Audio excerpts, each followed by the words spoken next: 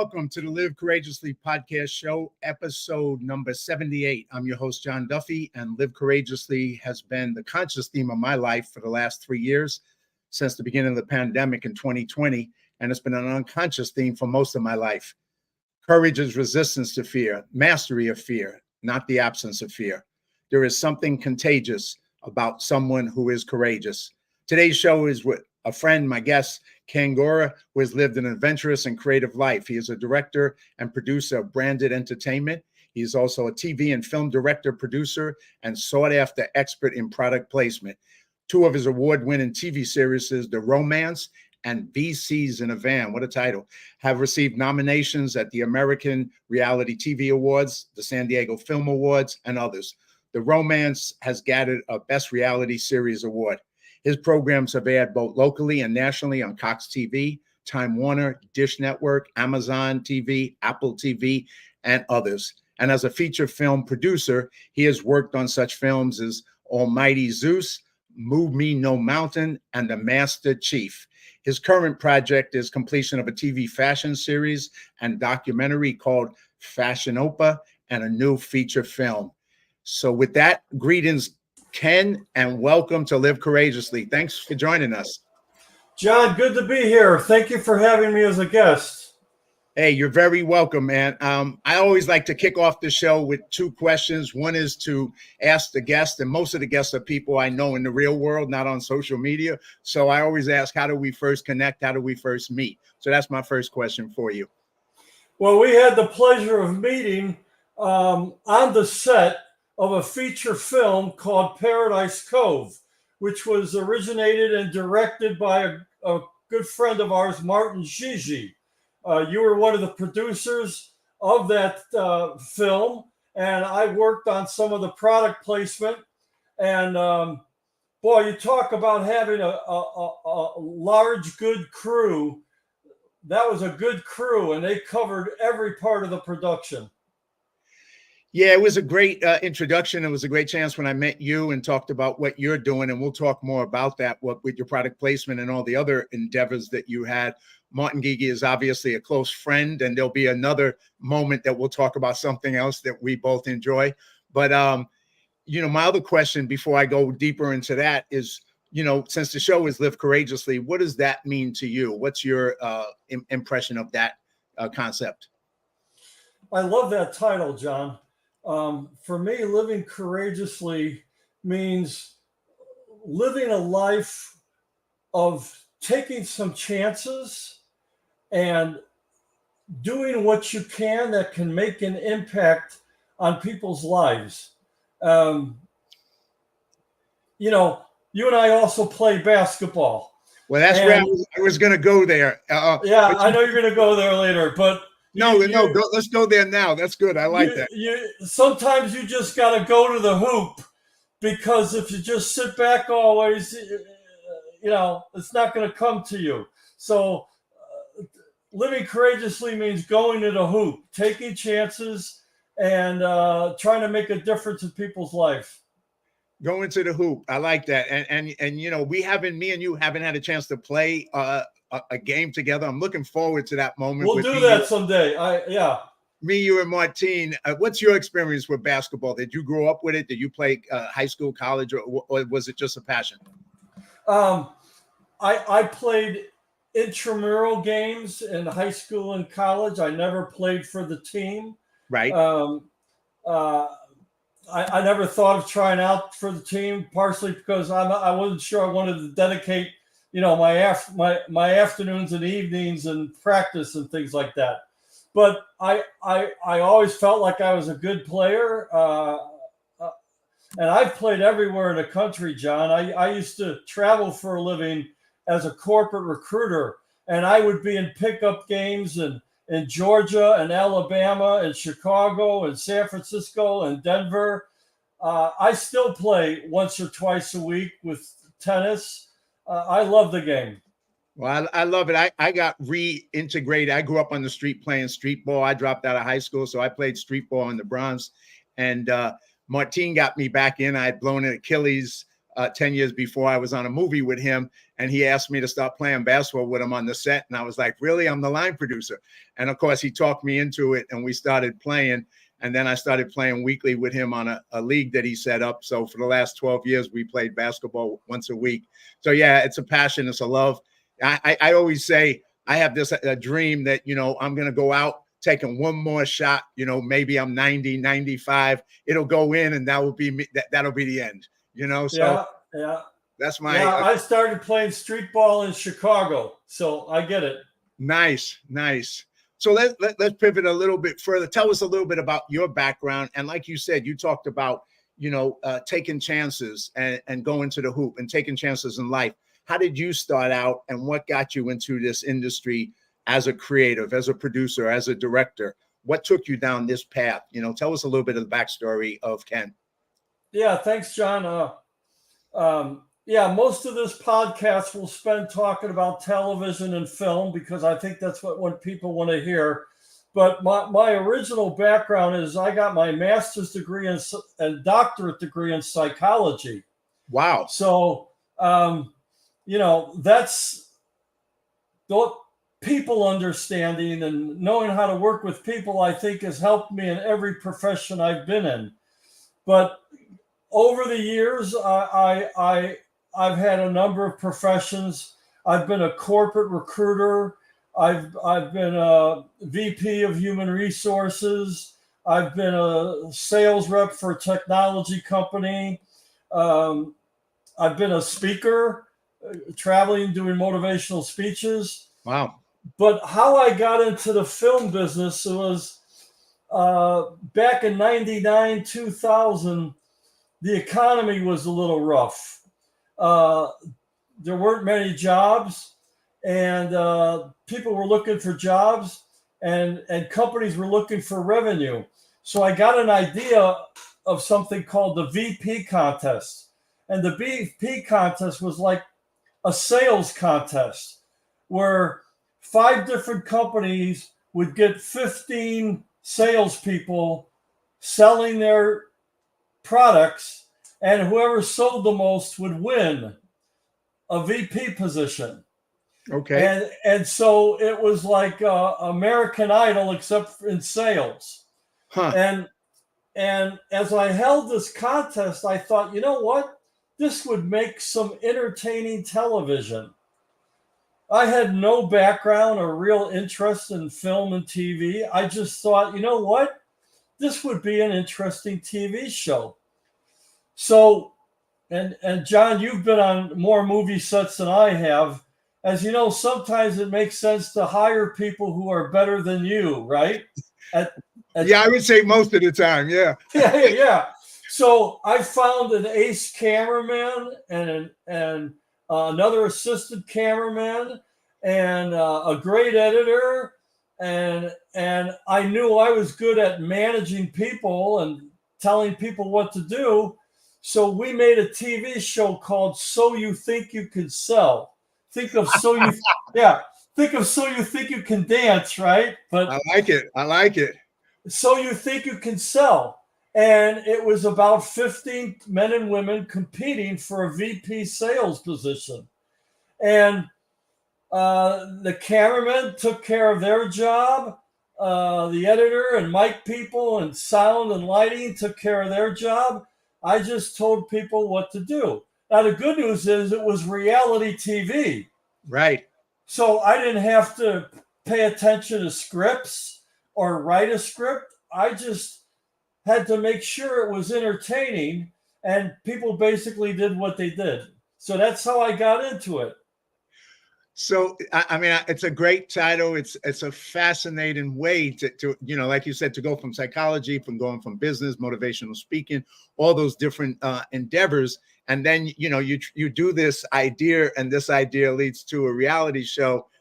And then what happens next? Now, this is your first time entry into TV and the entertainment industry. What does that do to you? And why do you keep going from there down that path?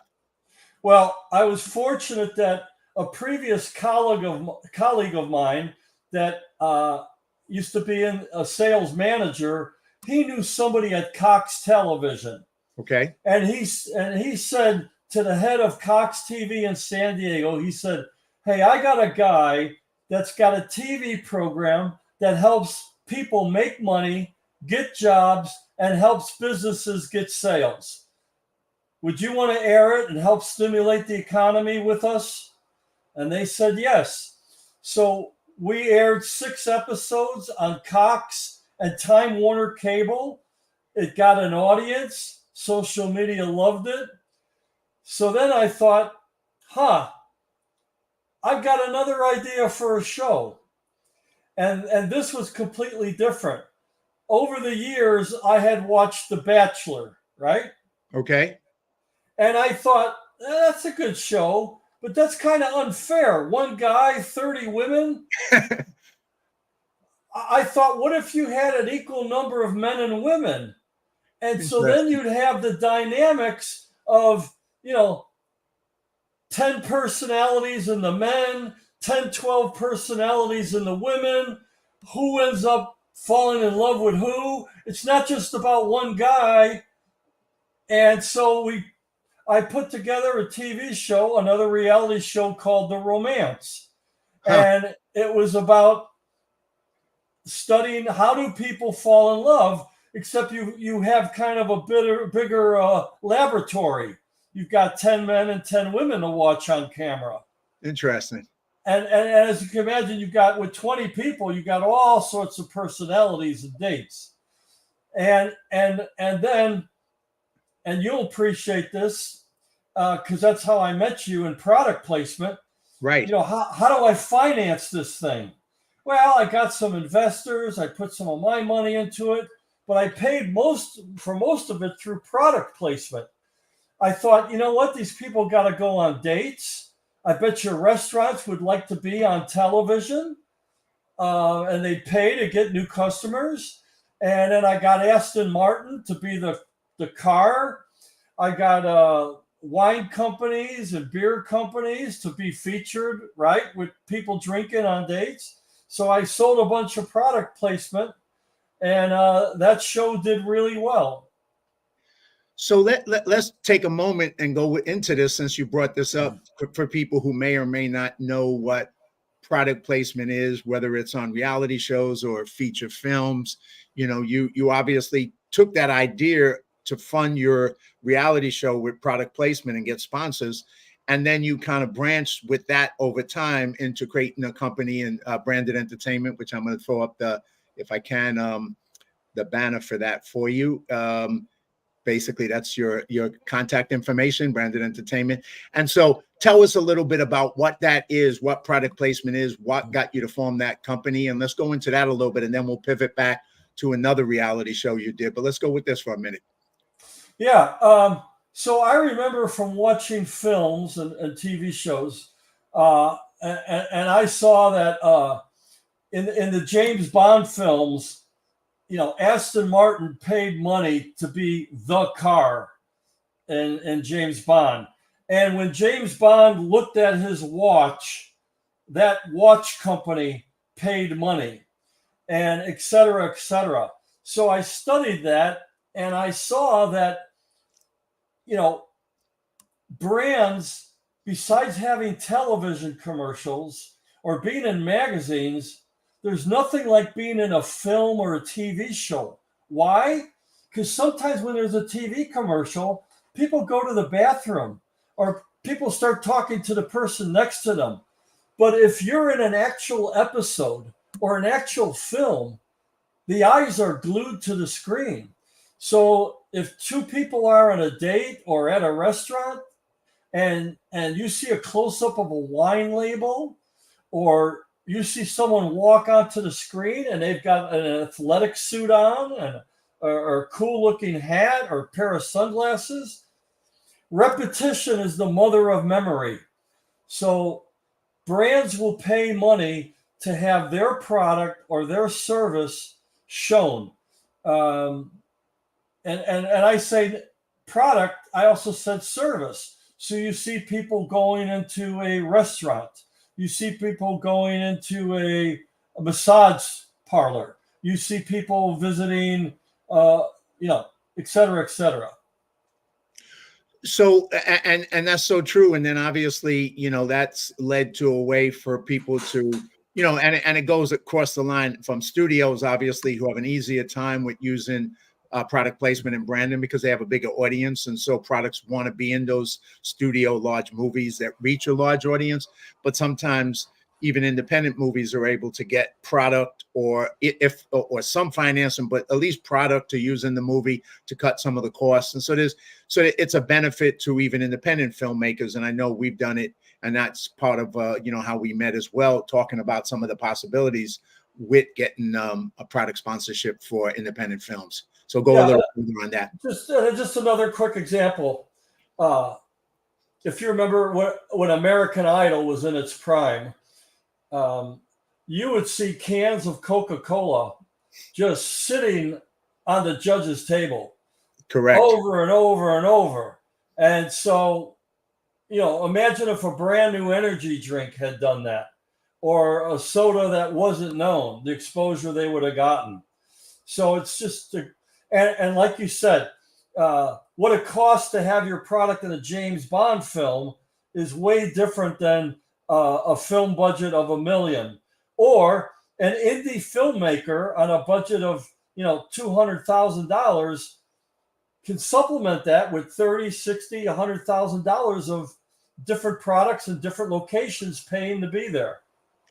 Exactly. So there is that benefit. And so then and we're going to come back to some of the other things because there's so much to cover. But so what got you to then take off with that and turn that into another career or another business entrepreneur a journey for yourself with branded entertainment? Tell us a little bit about that. Well, besides directing and producing films and TV shows that I created and originated, if I saw the opportunity with a filmmaker or TV show for product placement, I might reach out to them and say, hey, I think I can get a product or sponsor into your show, and I just ask a fee for doing that. And you get to keep a majority of the revenue. Am I answering that question correct? Yeah. Oh, absolutely. So I've launched a career doing that also. And part of it is, I have to feel like I can succeed and help my customer. So I can't do that for every film and TV show. 100%. Well, let me just shift back to your reality. You also did, which I thought was an interesting title, and I'm curious as to what it was and what you did with it. But you did a reality show right here, VCs in a Van, and it won some awards. And that's a picture of you with it. When did that come about, and what was that? Because obviously, once again, creative title, interesting concept. So after the romance won a couple awards and was nominated and had success and had an audience. So, now you've got some followers, right? You've got an audience and you have a connection with a major TV network that's always looking for content. So I thought, what next? Well, I've always been a fan of Shark Tank, right? Good show. Been a fan of Shark Tank. And I've been involved working with startups and involved with technology companies. So I reached out to a venture capitalist that I saw in San Diego. His name's Neil. And I told him, Neil, I have an idea for a show that features venture capitalists in business, but with a little twist to it.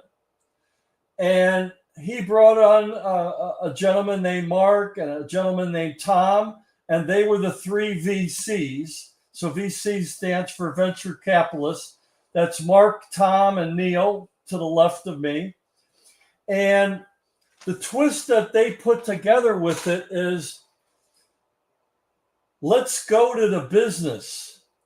Instead of the business standing on stage and saying, oh, look at these slides. Look why you should invest in us. Products are flying out the door. No, let's go to your door and see the products fly out. So they would get in a Mercedes van, the three VCs, and we would film them in the van, and they would go to the business. They would go to the place where it all happens, and they would hear the pitch and see behind the scenes of what the business looked like. So if you made widgets, they want to see how the widgets are made. They want to see the order fulfillment, right?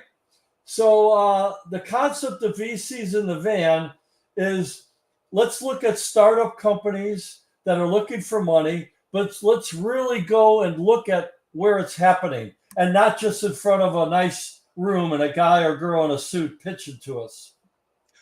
And what year was VCs in a van? Did you start that? I'm trying to think. I think it aired first in 2019 or 2018. Okay, so pretty recently. Well, it's kind of funny because there was a period there, and I'm sure you're familiar with it. Some of the audience may be. There was a period there that was like a wave of business reality shows. Everything from Undercover Boss to Right.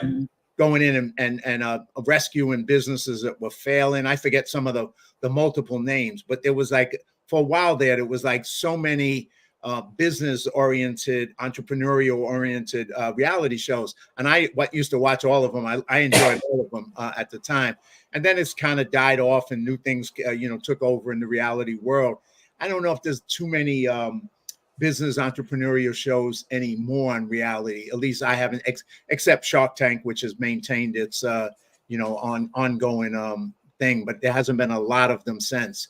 I don't know what's your take on that? Is it just kind of like anything? It goes through cycles and goes through phases. I think it goes through cycles. I don't see the rush of reality shows that we did back in the day.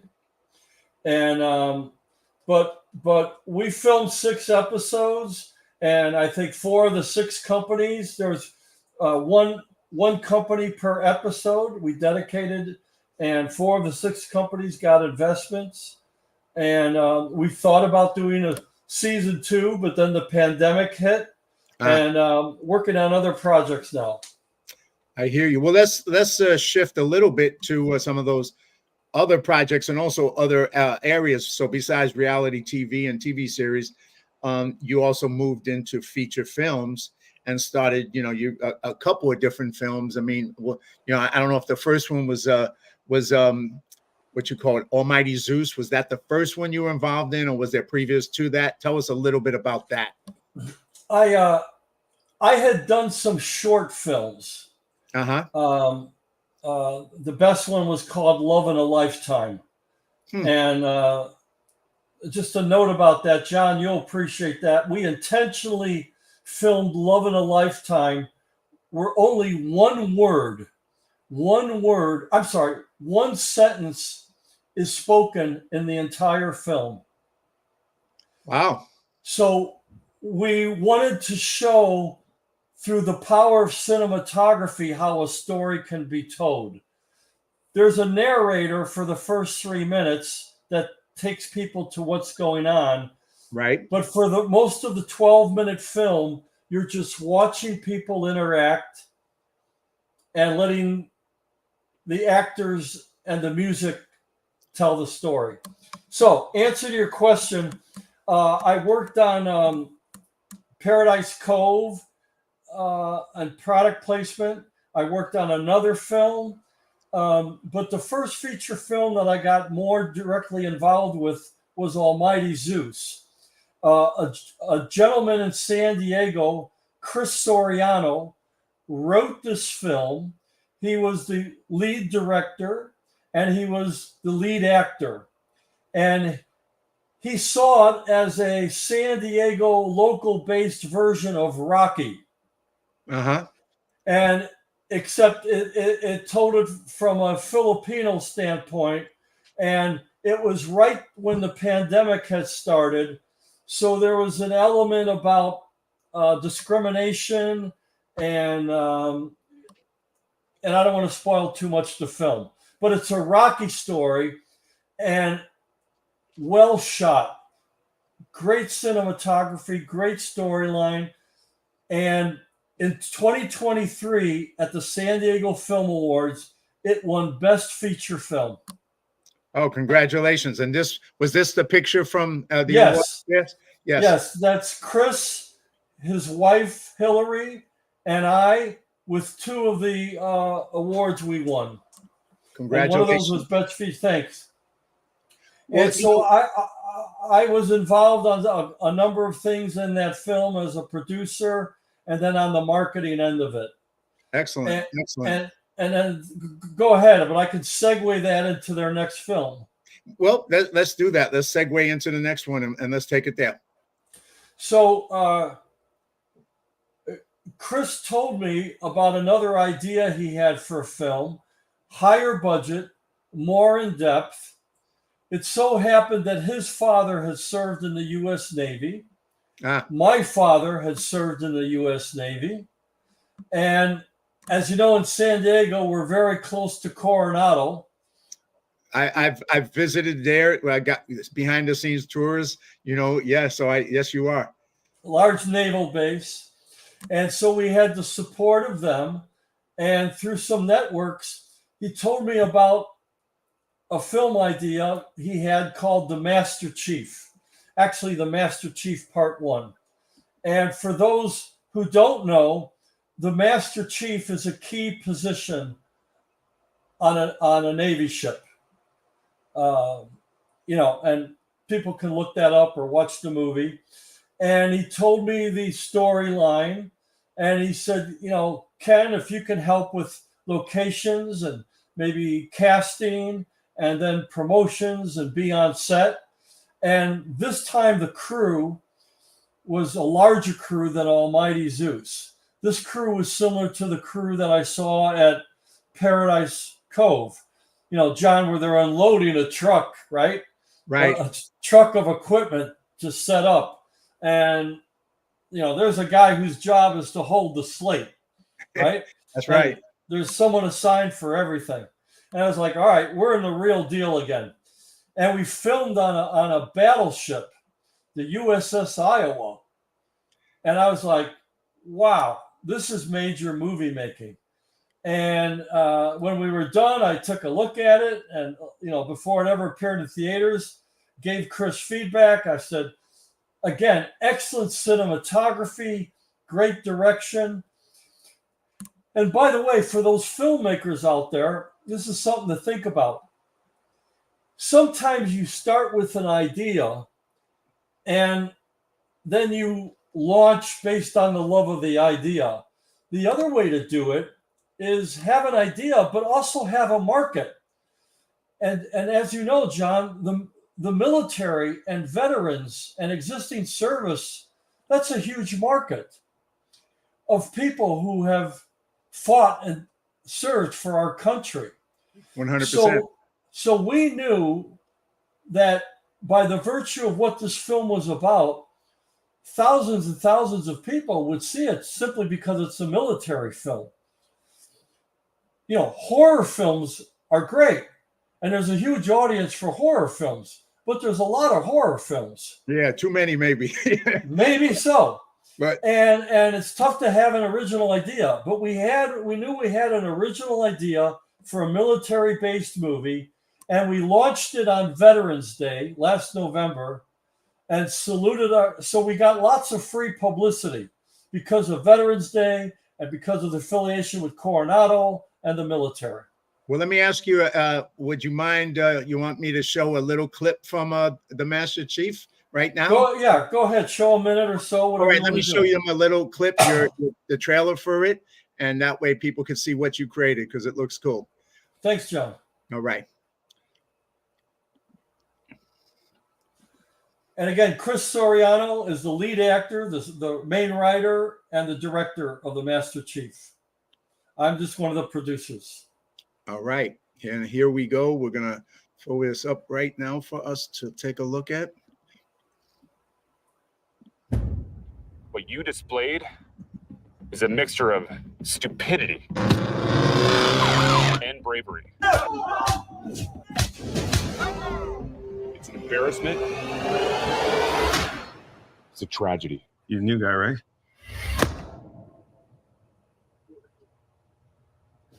Everything good? That's the first time I heard the term Filipino mafia. I thought we were nerds in the Navy, so hearing Filipino and mafia in the same sentence, now that was different. Sorry, I'll clean it up. Who invited your shipmate? I invited myself. Putang ina. You're the new sailor from Stockton. Yes. He's a coconut. We're getting closer to our deployment. How's everything looking? Tony Bancroft. He's responsible for brainwashing our sailors at every port that we enter. Hi, can I get you anything while you're waiting? Is that what everyone else is doing? Yeah, most likely. Actually, I'll let you stay here and do your thing. I'm gonna go next door to Kinlin. I'll get you later. Photo? What?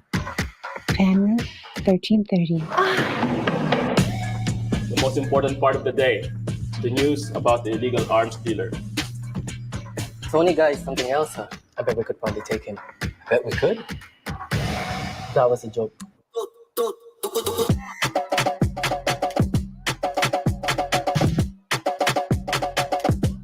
Something ends up missing and it's in your area, that's your ass on the line.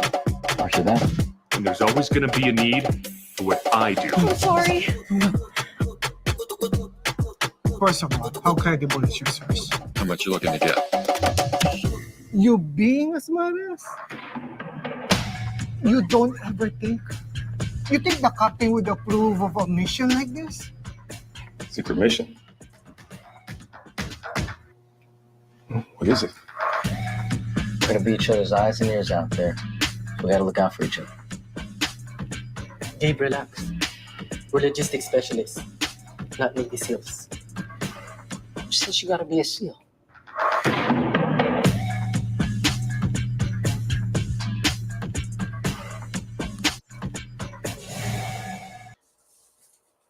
All right. Yeah, John, we got it into select theaters, and then it's been on Amazon and Tubi and Apple TV. People can rent it, and it's done well for us. I even heard of some ships holding private screenings of it for their crew. Oh, really? Yeah. So once again, people can watch it on Amazon and Tubi and where else if they want to watch it. Apple TV also. And somebody's commenting, Filipino mafia is real. Oh, that's great. That's great. And then somebody else, here's a comment from a friend up in Fresno area. There's not enough veteran movies in this generation. She's a young woman. She used to watch many classic veteran movies with her dad when she was younger, and now there hardly isn't any. Very cool. Oh, Thank you. That's great. Thank you, Karina, and thank you, Ken, for showing, for making this. And the other thing you mentioned, I've been on the USS Iowa many times for many different veteran programs. So, I mean, it must have been amazing to film on the USS Iowa. It's an incredible Navy vehicle ship, and if people haven't seen it, people can always go down and tour it. So it's definitely worth something to do if you're in LA and you haven't had a chance to actually go onto the USS Iowa. But you must have had a great time filming on it. I'm sure that was a blast to be on that.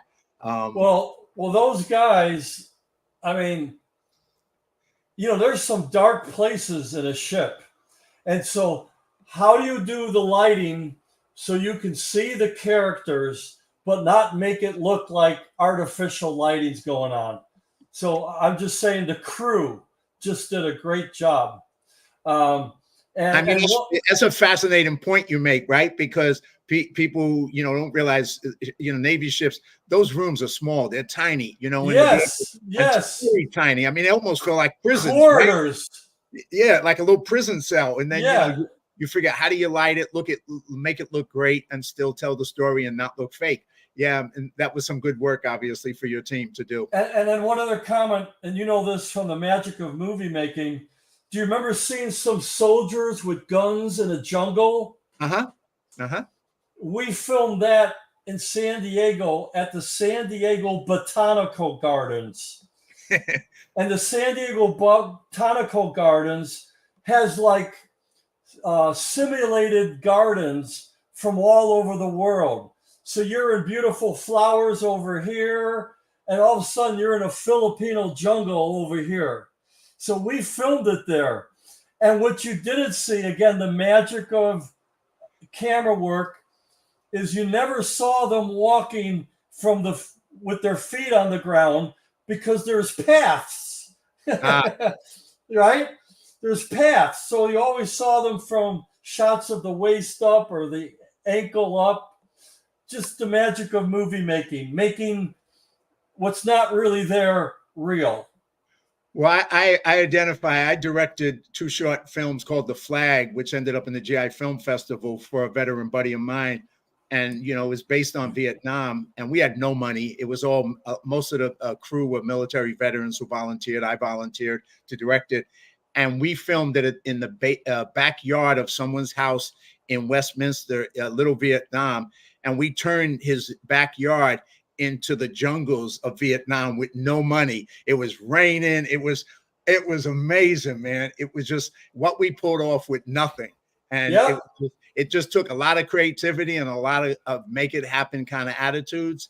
And it was so cool. It was just so cool what you can do. And again, to bring in branded entertainment, the restaurant we shot in, the nightclub we shot in,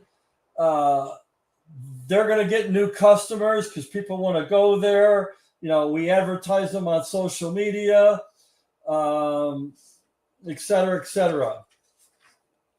Yes, this is a friend saying, it looked amazing. Bravo, Ken. He's a Navy vet, but that looks so cool. Thanks, Daniel. Excellent. Another one that's incredible. Can't wait to watch it, Ken. I'll definitely watch it with my dad. Oh, that's so cool, Karina. That would be cool. I hope you both enjoy it. So that's just, some of the, and the reason, wanted to have you on, of course, was because you've had such an adventurous career of finding a way to create stuff and produce stuff that, has both entertainment value, but in the case of this, also something beyond that. So, that was part of it. I know you're doing more stuff going forward. Tell us a little bit about that. I'm going to just throw up a range of, before I do that, I just want to also throw up, you won some awards, obviously, on the Master Chief, the Spirit of San Diego. You're a winner, and here's a picture of you up at the podium, I believe. Is that you? Yes. Yeah, that's me. Yeah, at the award. So that must have been cool because, it's always good to be able to not only make something like that, but then share it with an audience and be part of it with the audience while they get to enjoy it. Yep. Yeah. No, we were honored to win the Spirit of San Diego Award, which is basically an award for the feature film that has most contributed to the understanding of the history and culture of San Diego. Well, that was cool. I recommend people definitely, get a chance to go check it out. Now I'm going to throw up Daniel again. Thanks for what you do. Thank you, Daniel. Appreciate you. And just to go back to some of the pictures, there's a bunch of things that you've done, that I'm just going to throw pictures and you can tell us a little bit about them. This is a picture of you being interviewed. Maybe you can share a little bit about what that's about. You had asked me, what are some of the upcoming projects you're working on? That is a still of behind the scenes of a TV show called Fashionopa. And, how did a guy like me, basketball player, get interested in fashion? Well, the short story is... Well, I like you asking yourself the questions instead of me. I like it. That's good. Yeah. How did you? That's a good question, Ken. While I was filming the reality show, The Romance, all these charity balls and fashion events would invite my cast because they wanted these, good-looking men and women to show up because of the star power on the red carpet. And I would attend too as a director producer. And I became, that's some of the cast of The Romance. I became acquainted with these fashion designers and their amazing stories and what makes their brand different in a very competitive industry. Because, I go to the store, John, and it's like, what does a company need? Another T-shirt? I mean, what does the world need? Another athletic wear or another type of shoe? But innovation just continues. So bottom line is Fashion Opa tells the story of 8 Southern California designers. 4 of them are men, 4 of them women. Each are completely unique. One does men's suits. One does women's dresses and gowns. One does lingerie. Hello. One does shoes. They crowdfunded their shoe company. Great stories. So in that picture, can you show that picture again of me with the gal in the white? Yes. The woman on the left is the world famous 80s and 90s supermodel. I'm sorry, 80s supermodel Kim Alexis. She has been on the cover of Sports Illustrated, Vogue, Cosmopolitan. She was a fashion host at Good Morning America. And Kim is one of the guest experts who takes a look at this brand. And from a model's perspective, she gives the audience feedback on why she thinks that brand will succeed. Another guest expert is the founder of UGG. And every woman knows what UGG boots are. Yeah, I've heard him speak at a couple of motivational events, the founder. So yeah, he's got Brian a Smith. It's a great story. If you haven't heard it, it's a great story. It's a great story. It's $1 billion a year brand. So anybody in the fashion industry can listen to Brian. So that's from Fashion Opa. Now, it's kind of funny, Ken, we've kind of had so many similarities in life. I mean, film, motivational speaking, fashion. Now, you won't believe this, but when I was like 15 years old in my neighborhood in the South Bronx, we were like high school dropouts. And our thing was we used to actually design our own clothes and go take them to tailors. And then they would make pants for us with all these weird designs. And we'd play basketball in these clothes. So, the idea, and when I think about it, it's like I look back and go, that's crazy. A ghetto kid designing clothes to play basketball in when I was that young. But, fashion, it affects a lot of people in so many different ways, so many different communities and cultures.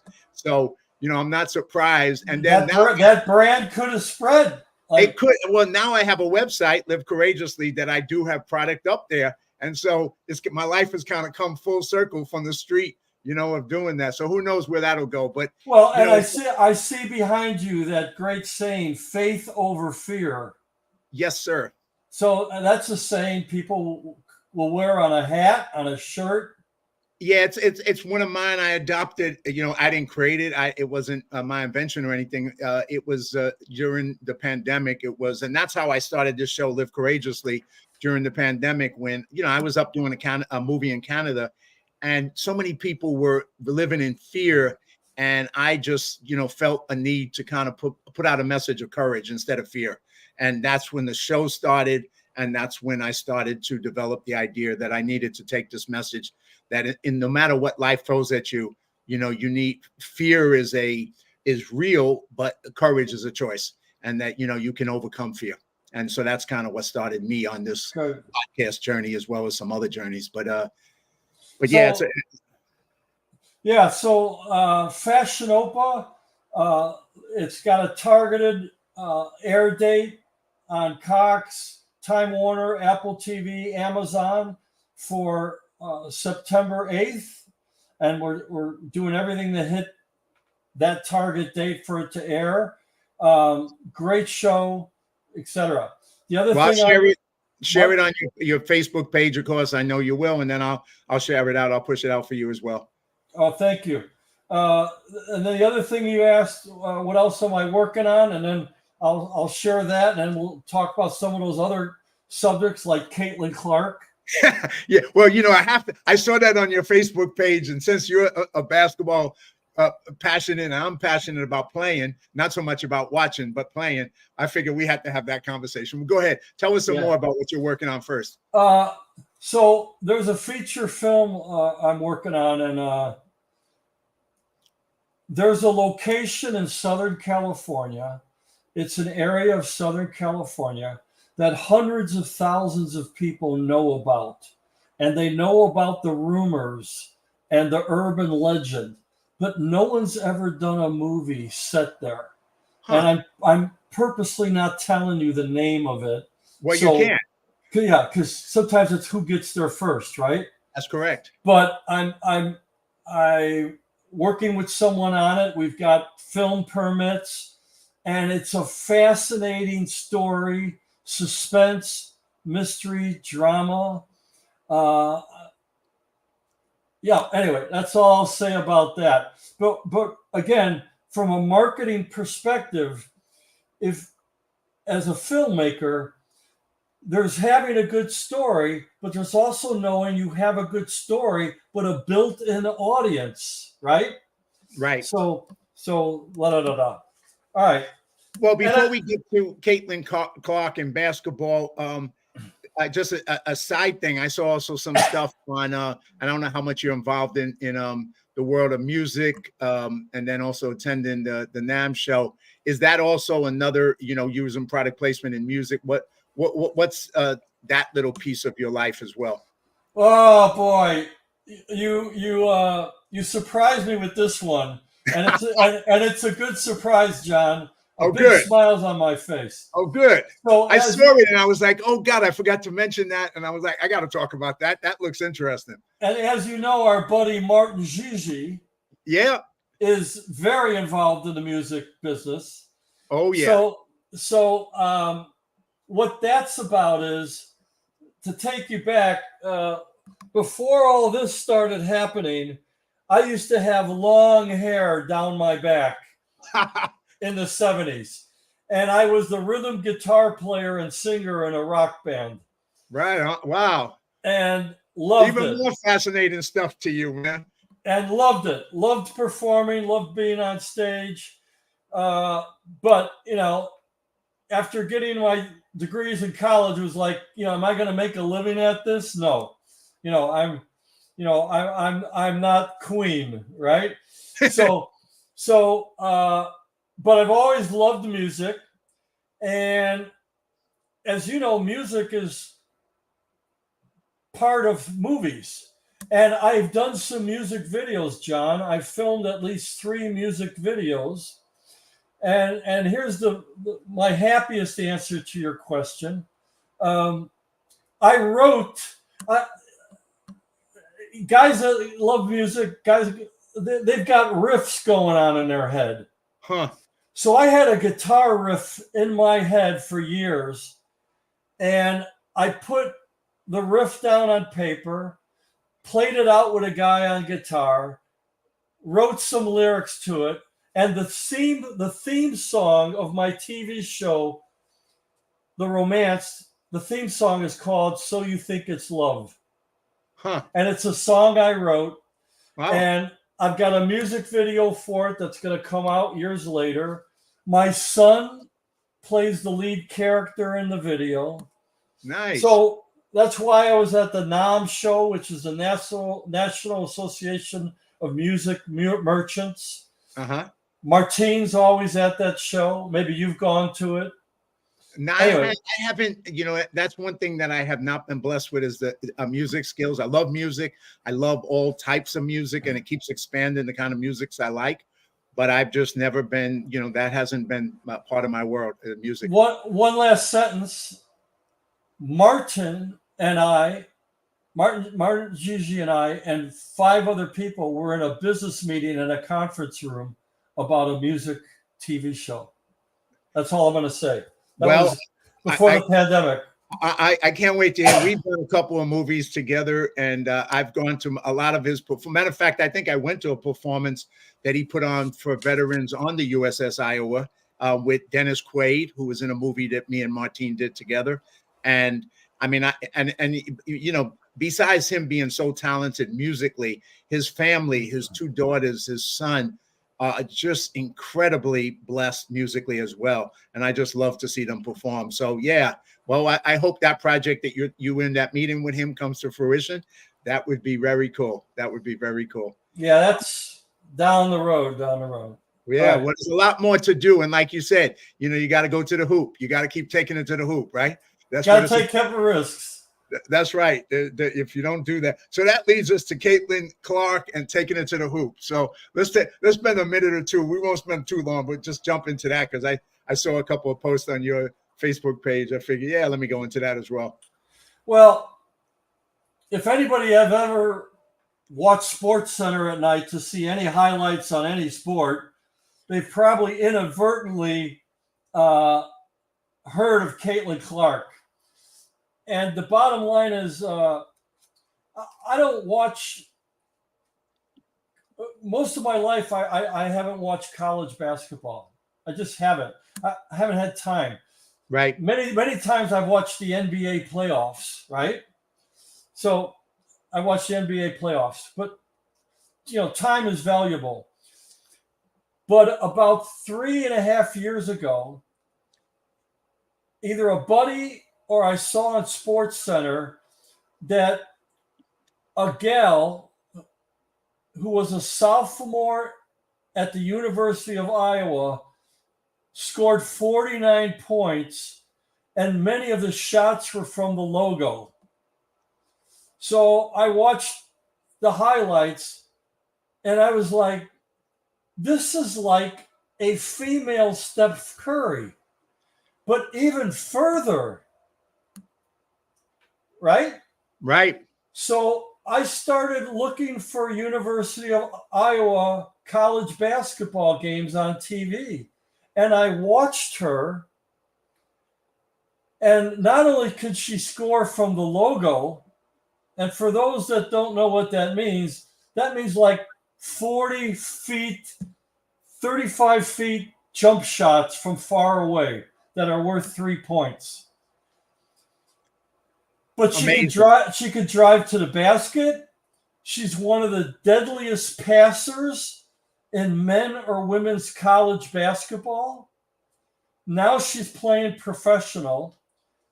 And I just started watching her games from an entertainment perspective. And you never know when she would make an amazing shot or game winner. And last comments about her, she led all of college basketball in scoring in women's basketball last 2 years in a row. And she beat Pistol Pete's all-time scoring record for men in college basketball of most points scored ever. And by the way, Pete didn't play as a freshman in basketball, so she did it in 4 years. He did it in 3. But still, that's a record that stood for 40 years, John. I know. It's truly amazing. And, reason I wanted to also address it, it was like, because it reminded me 25, maybe 30 years ago, when I was in New York, I heard about this woman basketball player when the WNBA was just starting out, and it was a Puerto Rican woman from Far Rockaway, Brooklyn, and they were writing her up everywhere. ESPN was talking about her. She was a phenom. And, at this time, I just went, I'd never done a documentary, so I got a camera and I reached out to her, and she was playing in Texas. I went down and filmed her. I filmed her in Brooklyn. I went to the projects. I started filming. I was going to do this documentary about her because I was just blown away by this Puerto Rican basketball player who was changing the sport of women's basketball. Unfortunately, her career kind of like ended abruptly, and so I wasn't able to finish the story. Okay.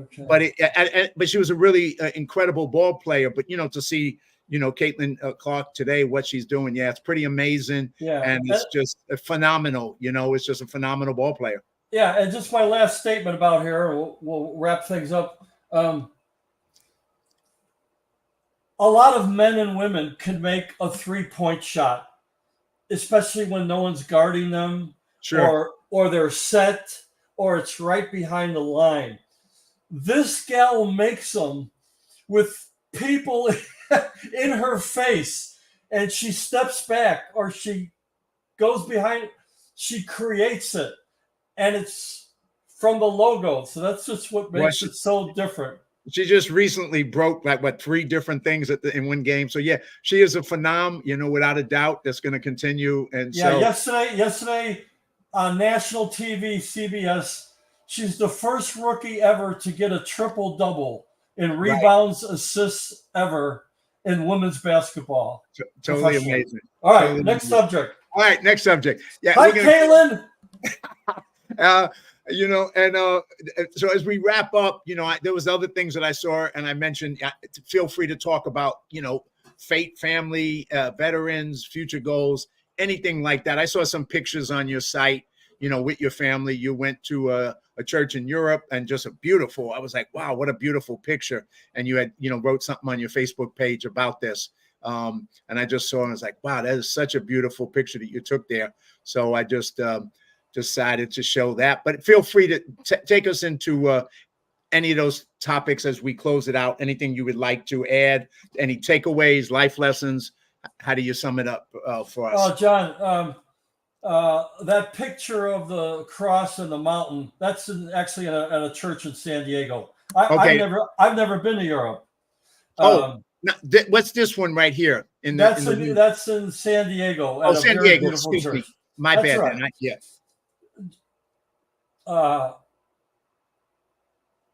It brings tears to my eyes to know how God has blessed me. I had a couple major health scares 2 years ago, and the Lord was right there with me, and I'm fine. I'm still playing basketball and tennis. So right on. Amen. God is with me every day. I talk to him morning and night. And he was with me before I ever had a health scare. Family, I'm blessed with a son and a daughter in their 20s. My son is 6'4", blocks my shot whenever he wants to. Can jump like a gazelle.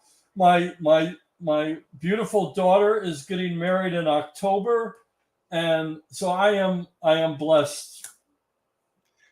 Well, amen to that, and glad that you got through those moments, and to be blessed with that. I think that's some of the things in life for people to realize what's really important.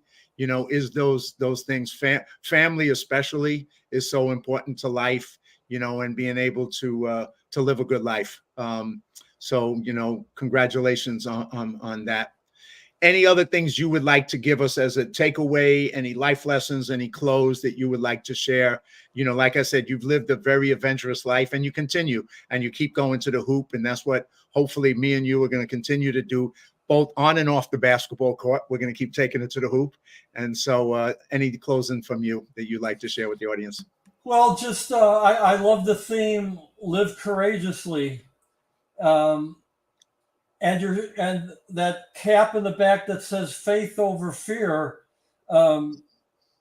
Courage means even when there's fear, you sometimes step forward. You may not have all the answers. It may be scary, but you do it anyway because you have one life to live. The other thing I wanted to say to the people in the film industry and TV industry that are watching is besides your good idea, make sure you understand the value and importance of marketing. There are many Einsteins out there, but we've never heard of them because they didn't know how to market their Einsteinness. So what makes it better or different is the question to ask. And again, back to Caitlin Clark, as I said, many people can hit three-pointers, but it is the way she did it that attracted the audience. And that's why she's got all these endorsements and is breaking records and things like that. So thank you for having me, John. And I look forward to seeing you again in person soon. Hey, thank you for sharing everything that you shared, your journey, your insights, your experiences. I think the audience, it was definitely very entertaining and educational for me to listen to the stuff you shared. So thank you for taking the time. Thank you for being part of this. And I look forward to seeing you in person soon as well.